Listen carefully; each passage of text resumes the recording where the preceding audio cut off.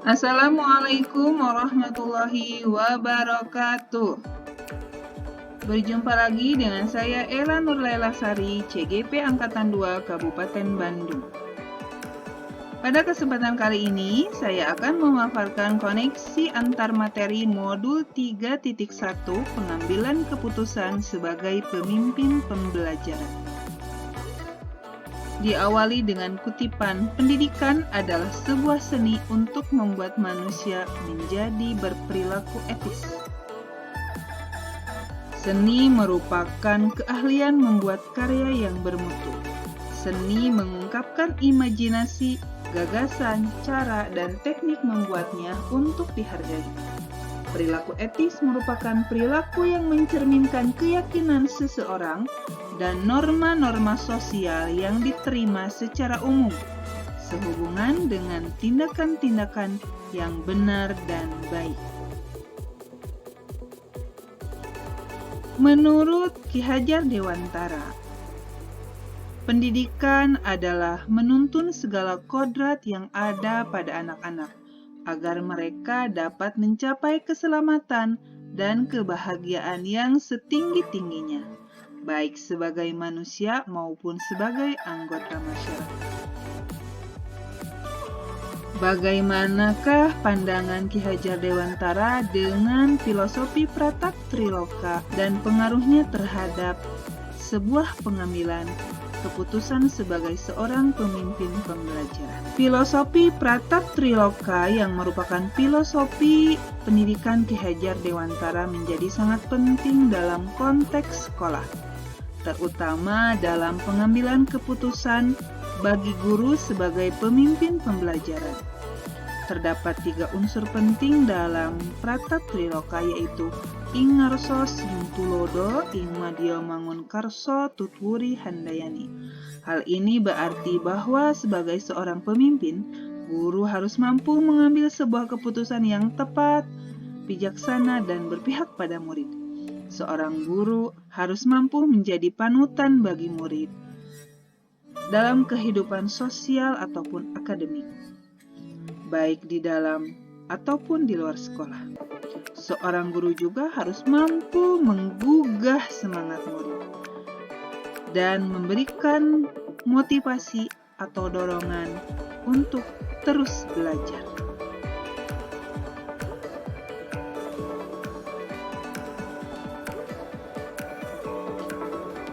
Guru memiliki peran strategis ataupun sentral di lingkungan sekolah sebagai pemimpin pembelajaran untuk mengambil keputusan. Keputusan-keputusan yang diambil di sekolah akan merefleksikan nilai-nilai yang dijunjung tinggi oleh sekolah tersebut dan akan menjadi rujukan atau teladan bagi seluruh warga sekolah. Bagaimanakah nilai-nilai yang tertanam dalam diri kita dan pengaruhnya kepada prinsip yang kita ambil dalam pengambilan suatu keputusan? Pada dasarnya, nilai dan peran seorang pendidik dalam mewujudkan visi pendidikan yang berpusat pada murid akan berperan penting di sini. Nilai-nilai yang tertanam dalam diri adalah pegangan dalam hidup dan sangat berpengaruh pada pembentukan karakter, perilaku dalam membuat keputusan. Sebagai guru penggerak, tentunya ada beberapa nilai yang harus dimiliki seperti mandiri, reflektif, kolaboratif, inovatif, dan berpihak pada murid. Ketika kita menghadapi situasi dilema etika ataupun berhadapan dengan situasi bujukan moral, untuk dapat mengambil keputusan diperlukan nilai-nilai atau prinsip kebaikan, sehingga keputusan tersebut merupakan keputusan yang paling tepat dan dia dapat dipertanggungjawabkan, terutama keputusan yang berpihak pada murid.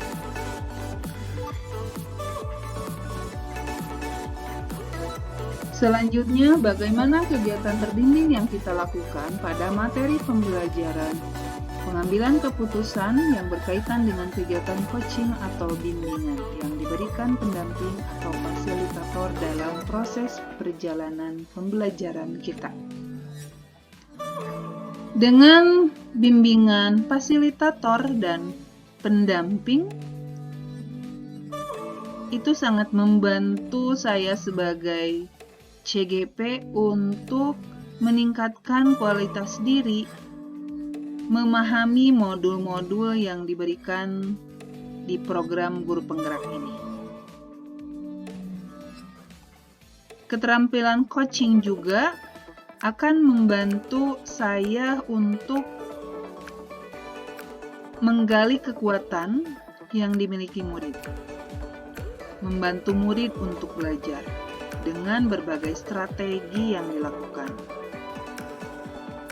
memberikan pertanyaan-pertanyaan reflektif agar murid dapat melakukan metakognisi kemampuan dan memunculkan kesadaran diri akan kekuatan yang dimiliki untuk mengambil keputusan dan melihat berbagai opsi sehingga dapat mengambil keputusan dengan baik.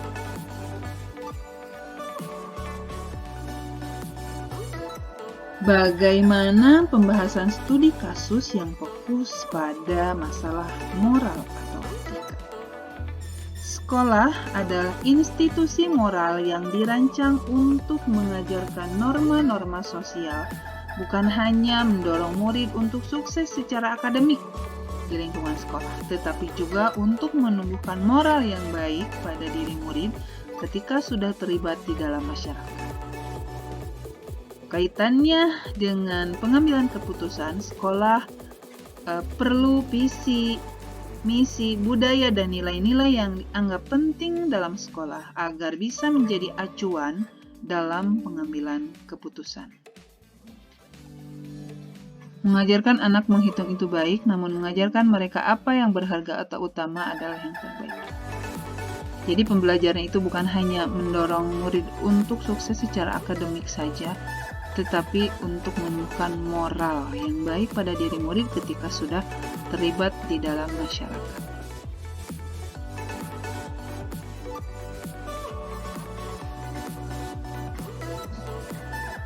Bagaimana dampak pengambilan keputusan yang tepat? Melalui pembelajaran modul 3.1 ini, saya sebagai CGP mempelajari langkah-langkah untuk mengambil keputusan sebagai pemimpin pembelajaran, mulai dari landasan pemikiran, 3 prinsip, 4 paradigma dilema etika, dan 9 langkah pengujian. Yang pada akhirnya saya dapat menyimpulkan bahwa untuk mengambil keputusan yang tepat itu dibutuhkan keberanian dan kepercayaan diri untuk menghadapi konsekuensi dan implikasi dari keputusan yang kita ambil. Karena tidak ada keputusan yang bisa mengakomodasi seluruh pemangku kepentingan. Juga diperlukan kompetensi kesadaran diri, pengelolaan diri, kesadaran sosial, dan keterampilan berhubungan sosial untuk mengambil keputusan. Diharapkan proses pengambilan keputusan dapat dilakukan secara sadar dengan berbagai pilihan dan konsekuensi yang ada, sehingga terciptanya lingkungan yang positif, kondusif, aman, dan nyaman. Selanjutnya, apakah kesulitan di lingkungan untuk melaksanakan pengambilan keputusan?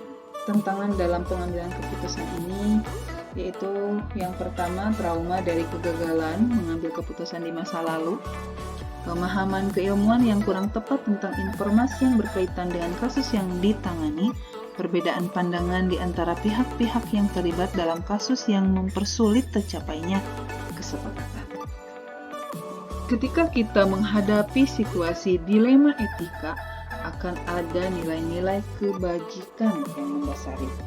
Juga bertentangan, seperti cinta dan kasih sayang, kebenaran, keadilan, kebebasan, persatuan, toleransi, tanggung jawab, dan penghargaan akan hidup.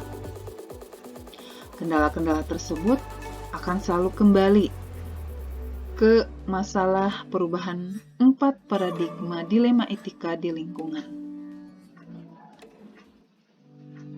Pada akhirnya, apakah pengaruh pengambilan keputusan yang kita ambil dengan pengajaran yang memerdekakan murid? Pada konteks Merdeka Belajar, proses pembelajaran yang dilakukan adalah proses pembelajaran yang berpihak pada murid. Karena itu, pengambilan keputusan yang dilakukan guru dalam proses pembelajaran yang berpihak pada murid seperti modul yang telah kita pelajari, yaitu pembelajaran berdiferensiasi, pembelajaran sosial emosional, memetakan kebutuhan belajar, itu semua agar dapat mengakomodasi potensi-potensi yang dimiliki siswa. Sebagai guru, kita bertugas untuk menuntun tumbuh kekuatan kodrat anak dan memberikan ruang bagi murid untuk merdeka mengemukakan pendapat, mengekspresikan ilmu-ilmu baru yang didapatnya, dan selalu berpikir positif atas setiap keistimewaan yang dimiliki murid. Kemudian, bagaimana seorang pemimpin pembelajaran dalam mengambil keputusan dapat mempengaruhi kehidupan atau masa depan murid-muridnya. Ketika guru sebagai pemimpin pembelajaran melakukan pengambilan keputusan yang memerdekakan dan berpihak pada murid, maka dapat dipastikan muridnya akan belajar menjadi orang-orang yang merdeka, mencapai profil pelajar Pancasila, murid yang kreatif, inovatif, bernalar kritis, berkebinekaan global, gotong royong, berakhlak mulia, dalam mengambil keputusan untuk menentukan masa depan mereka sendiri. Di masa depan mereka akan tumbuh menjadi versi terbaiknya, menjadi pribadi yang bijaksana, penuh pertimbangan, dan cermat dalam mengambil keputusan-keputusan penting bagi kehidupan pribadinya dan lingkungan masyarakat. Kesimpulan akhir yang dapat saya rangkum dari pembelajaran materi ini adalah bahwa keputusan yang tepat atau efektif dapat dibuat selama pengambilan keputusan itu didasarkan pada nilai-nilai kebajikan universal, kepentingan murid, dan rasa tanggung jawab. Terima kasih, demikian yang saya dapat sampaikan. Wassalamualaikum warahmatullahi wabarakatuh. Salam dan bahagia.